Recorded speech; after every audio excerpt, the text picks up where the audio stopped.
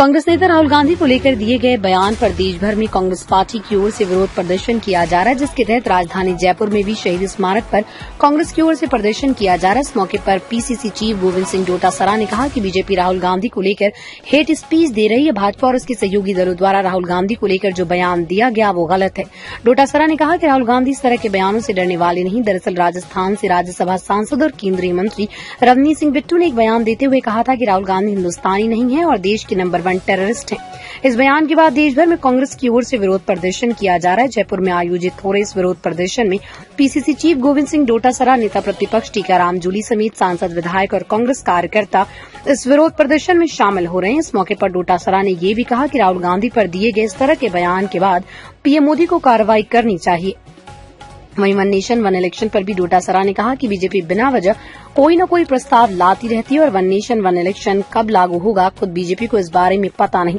ऐसे में कैबिनेट में किस तरह से वन नेशन वन इलेक्शन पर प्रस्ताव पारित हुआ, इस पर सवाल खड़े हो रहे हैं। हिंसा फैलाने का काम कर रहे हैं, आपराधिक शब्दों का प्रयोग कर रहे हैं, इनके खिलाफ मुकदमे दर्ज हो रहे हैं और उसके बावजूद भी भारतीय जनता पार्टी की केंद्र में सरकार है, एक शब्द भी नहीं बोल रही है कि इन्होंने गलत बोला। मतलब जीभ काटने तक की बातें हो रही हैं, दादी की तरह हंसने होने की बातें हो रही हैं। आतंकवादी कहा जा रहा है कि देश के उस नौजवान नेता को जो प्रतिपक्ष का नेता है और जिसकी दादी और जिसके पिता शहीद हो गए देश की एकता अखंडता के लिए, और उसके बावजूद इनको शर्म नहीं आती। मोदी जी विदेशों में घूम रहे हैं, एक शब्द नहीं बोल सकते कि ऐसी भाषा का प्रयोग नहीं होना चाहिए। हमने सही कहा था, ये संविधान को तोड़ना चाहते हैं, ये संविधान को नहीं मानने वाले लोग हैं, ये नाथूराम गोडसे की विचारधारा को मानने वाले लोग हैं, ये प्रमाणित कर रहे हैं। इसलिए हम लोग संघर्ष करेंगे और इनको इनकी औकात बताएंगे, इनको सत्ता से हटाने का काम करेंगे। जिलों में भी, ब्लॉक में भी, गांव में भी, ढाणियों में भी, वार्ड में भी, नगर में भी, सब जगह जाकर के अलग जगाना का काम करेंगे। क्योंकि न तो केंद्र की सरकार कोई अच्छा काम कर रही है और न राजस्थान में ये भाजपा की पर्ची सरकार कोई लखड़ के काम नहीं कर रही है। ये तो पता ही नहीं क्या इनको कहां से सरकार शुरू होती है, कहां क्या काम करना है इनको पता ही नहीं। किसी मंत्री के पास चले जाओ, मुख्यमंत्री के पास चले जाओ, किसी नेता के पास चले जाओ कि हमारी चलती ही नहीं। अरे तो फिर चलती किसकी है, उसका नाम तो बताओ किसकी चलती है। तो जनता के लिए कोई एक योजना नहीं, कोई बजट कुछ भी था नहीं, जो था उसकी भी पालना नहीं, कोई काम नहीं। ब्यूरोक्रेसी पूरी तरीके से हावी है और इस तरह के अनर्गल बयानबाजी कर रहे हैं सबके खिलाफ। रोजाना एक ही भाषण, हम पकड़ेंगे। अरे चोरों को पकड़ो, मना कौन कर रहा है आपको किसने कहा कि इसको मत पकड़ो?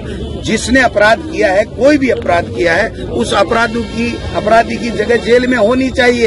ये हम भी कह रहे हैं। कोई भी व्यक्ति ये कह सकता है क्या कि साहब अपराधी को छोड़ दो? कोई नहीं कहता है। तो फिर ये रोजाना अनर्गल बयानबाजी करके, और अब इनको 9 महीने हो गए भाई साहब, अब इनको सुध लेनी चाहिए। जनता से जो वादे किए हैं उनके ऊपर काम करना चाहिए और कम से कम यहाँ के मुख्यमंत्री जी को तो कहना चाहिए कि ये भाषा ठीक नहीं है इन बीजेपी के नेताओं को। नड्डा जी को कहना चाहिए, कोई नहीं कह रहा है।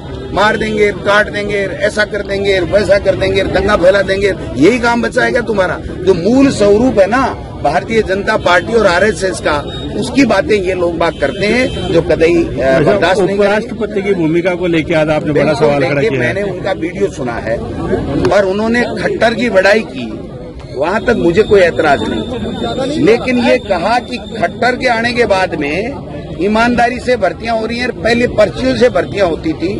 ये इस बयान पे मुझे आपत्ति है। वो कैसे क्लीन चिट दे सकते हैं किसी को, कैसे किसी को चोर बेईमान बता सकते हैं? वो संवैधानिक पोस्ट के ऊपर बैठे हुए हैं। केवल वहां का केंद्र का मंत्री उनके प्रोटोकॉल में आया है, लेकिन हरियाणा के बॉर्डर के ऊपर हरियाणा की वोटों को प्रभावित करने के लिए अगर संवैधानिक पद पे बैठा हुआ व्यक्ति अगर किसी तरीके की इस प्रकार की बात करेगा जिससे संवैधानिक संस्थाओं के पद के ऊपर आंच आएगी, तो हम लोग जरूर ये चाहेंगे कि उस गरिमामय पोस्ट की गरिमा बनी रहे। इसलिए मैंने आग्रह किया है, वो मानेंगे अच्छी बात है, नहीं मानेंगे तो हम दूसरा रास्ता अख्तियार करेंगे। दलों ने पास करके राज्यसभा और लोकसभा से पास हो गया, लेकिन आज कोई भी व्यक्ति ये नहीं कह सकता कि ये लागू कब होगा।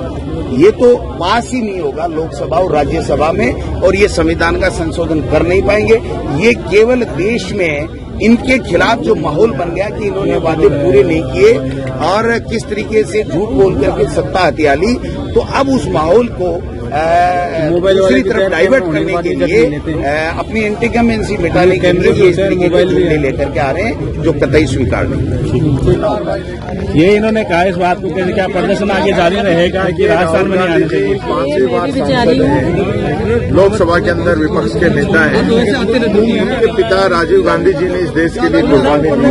उनकी दादी इंदिरा गांधी जी आतंकवाद की भेंट चढ़ी और पूरा परिवार इस देश की आजादी की लड़ाई से लेकर आज तक इस देश को एकजुट रखने के लिए, मजबूत करने के लिए लगा रहा है। आज इस प्रकार की भाषा बीजेपी के मंत्री, उनके केंद्रीय मंत्री, राज्यों के मंत्री, सहयोगी दलों के विधायक राहुल गांधी जी के खिलाफ जो बोल रहे हैं, उनको आतंकी बता रहे हैं, उनका मर्डर करने की धमकी दे रहे हैं, उनकी जबान काटने की शर्त लगा रहे हैं, उसको 11 लाख का इनाम घोषित कर रहे हैं।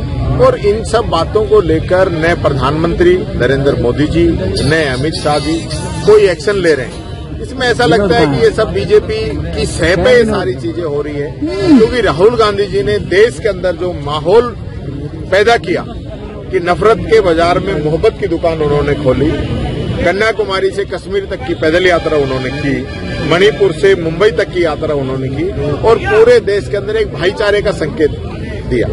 और विशेष रूप से पिछड़े वर्ग को लेकर, चाहे वो एससी हो, एसटी हो, ओबीसी हो, ईडब्ल्यूएस हो, गरीब हो, मजदूर हो, किसान हो, महिला हो, विद्यार्थी हो, बेरोजगार हो, इन सबको लेकर जो राहुल गांधी जी का विजन जो देश के अंदर सामने आया, उसको लेकर भारतीय जनता पार्टी घबराई हुई है, इन सब चीजों से डरी हुई है।